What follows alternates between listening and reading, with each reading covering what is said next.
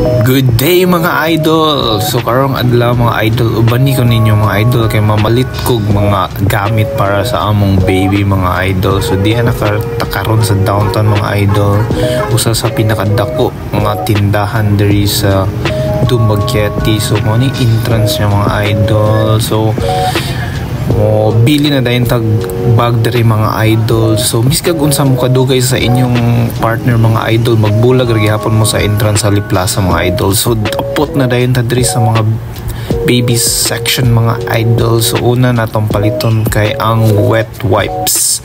Dayong ang hiyang wet wipes ni baby 9 kay EQ kaning pure water o tag 99.50 mga idol. Ding sunod na ko ipalit is alcohol. So namili tag mga alcohol diri. So base sa lista kani daw paliton. So after nay ma foreigner, what's up yo?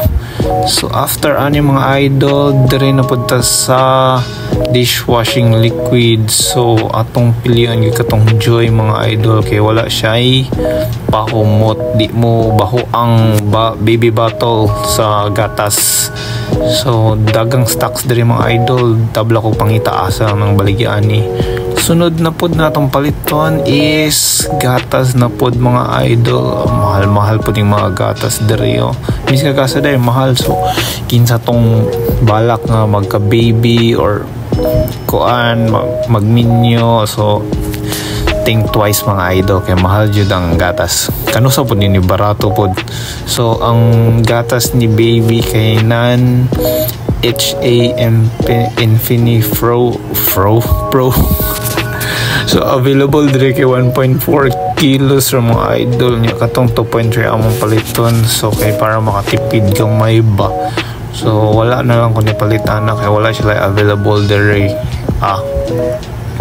So dagang gatas dire dire tag 2,360. So dire na ko sa counter mga idol, ni bayad na ko o dayong pauli na ko mga idol. Yung 0.5 video check.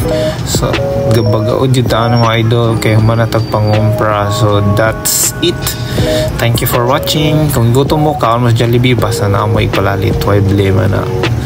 Thank you for watching mga idol. Bye bye.